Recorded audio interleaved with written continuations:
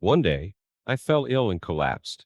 Seeing that, my son Ethan told my wife, Madison, Mom, we need to take him to the hospital. Hearing it, Madison uttered an unbelievable response. I have a trick planned, so no can do. She has been spending less time at home recently. It started about 6 months ago when I took over my father's job.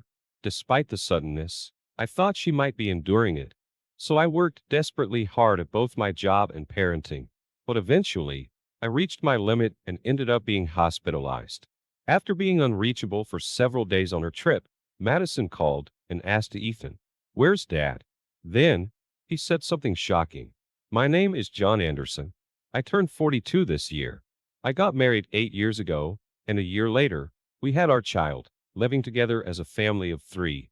I work as a doctor. Initially, I was employed at a university hospital, but inspired by my father's dedication as a community-based private practitioner, I decided to follow in his footsteps. Half a year ago, when my father fell ill and had to be hospitalized, thinking of closing his practice, I resigned from the university hospital to take over, which made him happy. Following that, we moved to my childhood home next to the clinic. The building was old, so I mentioned to my father about wanting to renovate eventually, and he told me to do as I wished. Even after taking over, the community has continued to rely on me, which brings me daily satisfaction. I named our son Ethan, hoping he would grow up to be strong. He's in the first grade now, but already expresses a desire to become a doctor and is learning German. He has exceeded my expectations and has grown into a responsible son. Sometimes, he's so mature it worries me, but seeing him play in the mud at the park reminds me he's still just a kid. My wife Madison is beautiful but capricious. Lately, she's been less inclined to help with household chores or parenting, which has been a concern. In the beginning, we shared household duties, and she participated in parenting, but that has almost ceased in the past 6 months. Occasionally, she'll take Ethan to the grocery store, but it's always me who takes him to parks or playgrounds as if it's a given. I don't mind, but we've been lacking family outings recently, so today, I suggested we all go out together. Hey, we haven't been out just the three of us for a while. How about we go out next Sunday? Madison, you haven't been out much with Ethan, have you? It can't be helped, I'm busy. Ethan wants to go to a movie. How about we go together this Sunday? After that, we can eat out. A movie? Huh? Madison glanced at her phone and then said to me, "Well, all right. I don't have any plans anyway." That's great. Ethan will be so happy. Thank you. I'm going to take a bath and go to bed. All right. Good night. She took her phone and left the living room. Oh man, I really want to talk more with her. I want to go out and do things together. We used to talk about the future and go out together, but today was good. Usually, she would decline. So I'm honestly surprised. Hearing her agree made me happy, and I immediately told Ethan in his room. On that Sunday, "Ethan, are you ready?" All set. I'm ready whenever. All right. Just waiting on Madison. Ethan, where's Mom? I don't know. I knocked on Madison's door, but got no response. I tried again and slowly opened the door. Madison, are you there? Opening the door, she was nowhere to be found. Maybe she's in the bathroom. At that moment, my phone rang, and it was Madison on the screen. Madison, what's up with the call? Sorry, but I can't make it today after all. Somewhere came up suddenly. What? You didn't mention it yesterday, did you? I said it came up all of a sudden. Just go to the movie, the two of you. It's not a problem without me, right? She said in a rushed tone and hung up. Oh, come on. I thought we could finally go out as a trio. Dad, what's wrong? Where's Mom? Mom got caught up with work, so it's just the two of us, okay? Okay, got it. Ethan showed a slightly sad face, but then smiled at me. Feeling sorry that he was looking forward to it, I decided we'd enjoy our day, just the two of us. All right, Ethan, let's go. After the movie, how about we grab your favorite burger on the way back? Yes. We grabbed our stuff and headed to the movie theater by car. A few hours later. Did you have fun, Ethan? Yeah, it was fun. Thanks for taking me, Dad. Sure. Let's do it again. When Ethan and I got back in the evening, Madison was already home. I'm home. Sorry we're late. We went to the park and other places in the afternoon. It's fine. She replied indifferently as usual. Ethan approached her quietly. Here, this is a present for you, he said, taking something out of his backpack. What's this? Today, there was a keychain making workshop, and I made one for everyone. This one's for you. Saying that, he handed her a white star-shaped keychain. Before going to the park, we stopped by a craft workshop nearby, and Ethan wanted to do it. So he made keychains for all three of us. He chose green for himself, and I got blue. Madison accepted the present from him. It turned out well, didn't it? He said with a happy face. Well, I don't think I'll wear it, but I'll take it anyway. I'm tired. I'll be in my room. Saying that, she left the living room. Madison. I couldn't stand her tone and followed her. Hey, wait. Ethan went to all that trouble to make it. That's no way to talk. I said in a voice Ethan couldn't hear. I didn't say I didn't want it, did I? Madison, can't you spend a bit more time at home? There are things I want to discuss. I've said it before, haven't I? I don't want to stay in this old moldy place. Why did you quit the university hospital? That's because. I tried to explain, but she locked herself in her room. She seems to dislike that I decided to move here. I begged her to stay. I understood it was hard on her, but I wanted to talk it out, and this is what it's come to. Even if she doesn't like it, she shouldn't say that about something our kid worked hard to make. I returned to the living room with a heavy heart, where Ethan was. Maybe I should have chosen something different for Mom. He looked a bit down. Ethan, Mom's just tired from work. Hey, maybe I'll attach it to my work bag. What about you? I think I'll put it on my backpack. He smiled brightly. Madison's attitude must hurt him. It wasn't like this before. Ever since we moved here, she's become more indifferent. It can't go on. For Ethan's sake, I need to talk this through properly next time. A few days later, when I got home from work late at night, Ethan was waiting and watching TV. Sorry I'm late, Ethan. Got caught up talking to a patient. I'll make dinner in a sec. Hi, Dad. It's okay. And, I folded the laundry. Wow. Thanks, Ethan. He would take the initiative to do the laundry or vacuum. He only cooks when I'm around, and, since it's still a bit dangerous for him to cook alone, he is really growing up to be responsible. Dad? Oh yeah. I'll start getting dinner ready now. I'll help too. After putting down our stuff, we started preparing dinner together. Ethan, what do you want to do tomorrow? Dad's off in the afternoon, so we can do whatever you like. Yay. I'll think about it. Got it. Tomorrow is Ethan's birthday. Madison surely knows about it. I even reminded her yesterday to make sure she buy a present, so it should be fine. Of course, I've prepared something too, but I'm worried if he'll like it. The next morning, Madison must have come back late last night. I can hear some noises from her room now. I knocked twice. Then, hearing a low response, I opened the door to find her still in her pajamas, phone in hand. Need something? I'll be at work until noon, so please take care of Ethan. Did you get him a present? And don't forget we're going out this afternoon. I know. Don't keep repeating it. Close the door when you're done, she replied irritably, her attention returning to her phone. So I quietly closed the door as told. Really hope everything's okay. With a mix of anxiety and hope, I leaned more towards hope. Heading to the living room, Ethan was already there.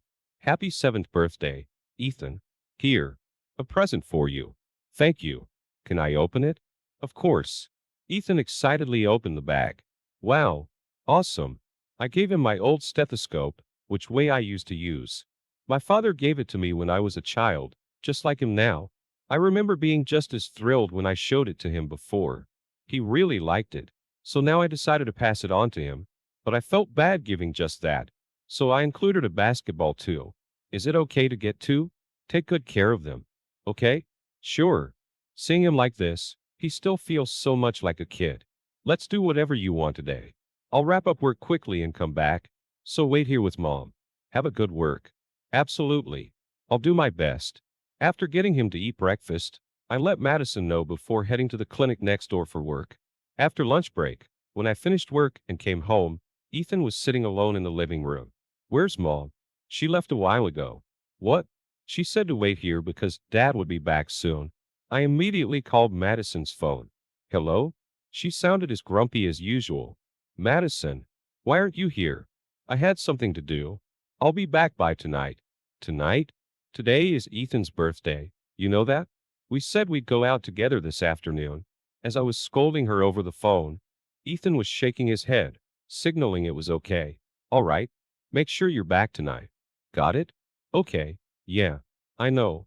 She hung up. Despite being irritated, today is Ethan's birthday. I decided to focus only on him. Ethan, what do you want to do today? I want to play basketball and want to eat your steak. Is that what you want? When I asked, he nodded enthusiastically. Then, we spent the day doing things he loves, like playing basketball and visiting a bookstore. On our way back, we bought cake.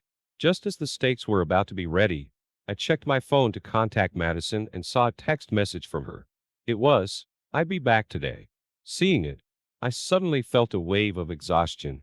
Noticing my mood, Ethan asked, Dad, are you okay? Yeah. The steaks are ready. Let's eat them together. We've got cake too. Let's eat. I celebrated his birthday by eating steak, talking about school, basketball, and his German classes. In the next late morning, I woke up almost before noon, probably due to exhaustion. Oh no. I quickly changed and left my room, only to bump into Madison. Madison, what happened yesterday? Ethan was waiting for you the whole time. I came back within the day. You both were just sleeping, weren't you? Anyway, I'm in a hurry. She hurried off to the bathroom. Oh dear. I could only let out a sigh of resignation, as well as I felt somewhat sluggish. As I slowly made my way to the living room, I found Ethan. Ethan, sorry I'm late. You must be hungry, right? You could have woken me up. It's okay. I ate some bread. Sorry. I felt guilty. This had never happened before. As I was about to make some coffee, pouring water into the pot to boil it, that's when it happened. My vision blurred, and I felt so dizzy I couldn't stand. Then, I dropped the mug I was holding, and it crashed loudly to the floor. Dad? Are you okay? Hearing Ethan's voice, I collapsed. Dad? Are you okay? Hey, Dad. Ethan, sorry. Get Mom. Got it. Just as he was about to go get Madison, she walked into the living room, and he quickly ran up to her. Mom, we need to take him to the hospital. What? What's all this sudden? Dad collapsed. Please help.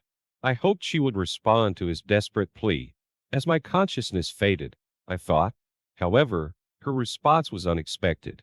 I have a trip, so no can do. What? What about Dad? He'll get better soon. Besides, I'm going on a trip with my parents for about 4 days, so take care, she said to me lying on the floor, in a somewhat cheerful voice. Mom, Ethan, I'll bring you a gift, so wait here nicely with Dad. With that, she left. I couldn't believe that was happening, leaving her incapacitated husband and 7-year-old son behind. More than that, I had to let someone know for Ethan's sake for now. I managed to grab my smartphone from my pants and then lost consciousness. A few hours later, I woke up in a hospital bed. Dad, Ethan. Beside me stood Ethan, a doctor, and a few neighbors. Confused about what had happened, I looked around, and the doctor explained. You collapsed from anemia, and it seems like you were quite exhausted too. Is that so? Thanks for everything. As I lay there, thanking them, the doctor shook his head with a kind expression and explained what had happened. Your thanks should go to your son. He used your smartphone to call an ambulance and alert the neighbors. What? You did all that by yourself? Yeah. Remember, you taught me the emergency number? Right. Thank you, Ethan. I stroked his head, and he looked at me with determined eyes.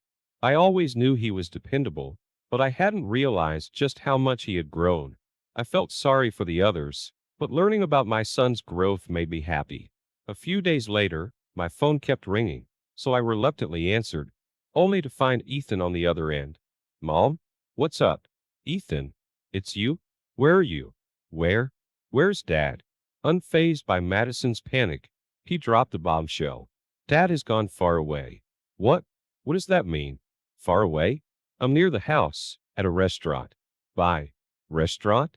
Wait. He hung up without listening to her. A few minutes later, Madison rushed into the restaurant and sat down in front of Ethan. Ethan, and you're here too? Ethan said you'd gone far away in a gloomy voice.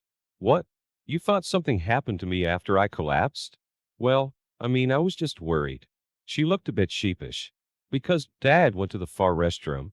Ethan explained with an upward glance. Come on, you're confusing. But more importantly, our house. Why is there no house? Her panic wasn't just about me being gone, but also about our house disappearing. Actually, I had been considering remodeling the house. But after consulting with my hospitalized father, we decided to demolish it and build a new. I had wanted to discuss it with her, but she never listened. So I kept it to myself. What? So, it's going to be a new house? Awesome. You could have just said that. It's such a surprise. Madison, you weren't around, were you? And when we moved here, I did mention that we build new eventually, didn't I? Did you? So, when will it be ready? She looked at me with a happy face. She's always been easy to read because her emotions show on her face. I called a neighbor who was at the hospital with me, and they came to the restaurant right away to take Ethan for a while. Well then, shall we have an adult conversation? Oh, it's a house for the three of us, but I think it will be ready within 6 months. Really? But where's my stuff? Where did you keep it? And why Ethan? Oh, I can't discuss this in front of Ethan. What's that supposed to mean? She looked puzzled. Your belongings. I stored them at a young man's place. What are you talking about? There's no such person. I've checked everything, so lies won't work. What? Her behavior changed suddenly after we moved, and her sudden work commitments were unlike her, so I had felt something was off. Though I thought she might be busy with work, asking a relative who worked at the same place revealed that wasn't the case. Besides, I doubted she would go on a trip with her parents. She always said they were strict and hardly spoke to them. Therefore, after collapsing, I contacted my in-laws once. As expected, they were home and didn't know her whereabouts, so I hired a detective agency to investigate. Just as I suspected, she had another man. It was a young guy. Here's the evidence. What? When did you? I presented the documents and photos gathered by the investigation in front of her. There was no escaping the truth now. Realizing she couldn't deny it, she started to apologize. I'm sorry. I was out of my mind. I won't do it again. Forgive me. Okay? We're a married couple, right? What are you saying? You were with him even when I was collapsing and during Ethan's birthday, weren't you? Let's get a divorce. Divorce? Wait, but you just said a house for three? That includes me, right? Indeed, I was building a house for the three of us. But Madison wasn't part of that three. When I said three, I meant Ethan, my father, and me. What? You know, I was stressed because the environment changed. That's it. You'll forgive me, right? She tried to cuddle up to me with a pleading voice, not caring about the people around us. Sure, I changed our environment, but that doesn't justify betraying the family. Finally, I handed her the divorce papers. Sign here, now. I'll also demand compensation from you and the other man. I'll take custody, so I'll need child support too. If you don't agree, I'm ready to take this to court. Are you serious? Realizing I was serious, she signed the papers, trembling and in tears. We officially divorced soon after, and I got the compensation and child support settled properly. She got embarrassed by that incident becoming known at her workplace and resigned at the end. She had nowhere to go and tried to stay with her boyfriend, but he kicked her out, angry about the compensation demands. Unable to find a full-time job, she's now living quietly in an old house, juggling day and night shifts. I heard those stories when I met her. She insisted on giving Ethan his birthday present, so I arranged for them to meet at the restaurant. It had only been a month, but she looked unkempt and thinner, almost unrecognizable. Ethan, I'm sorry for being late. Happy birthday. Handing the present to Ethan, he silently accepted and opened it. Inside was a black bag. How do you like it? You're in elementary school now, so I thought something a bit mature. When Madison asked in a small voice, he responded loudly. I don't think I'll use it, but I'll take it. What? Ethan? Let's go home, Dad. Okay. Yeah, let's go. Stunned by his unexpected response, Madison remained frozen. Two of us left the restaurant. A marriage starts with two strangers. When they marry and have children, living together, not everything goes as planned. That's why couples and families need to support each other to last. 6 months later, our house was completed. My father was discharged from the hospital and seemed in good health. Amazing. It's beautiful. Yeah, I'm glad we decided to build a new one. From now on, it will be just the three of us men. There might be challenges, but we'll support each other and live together. All right, I've got to keep working hard. Go, Dad. Ethan cheered, wearing the stethoscope I gave him.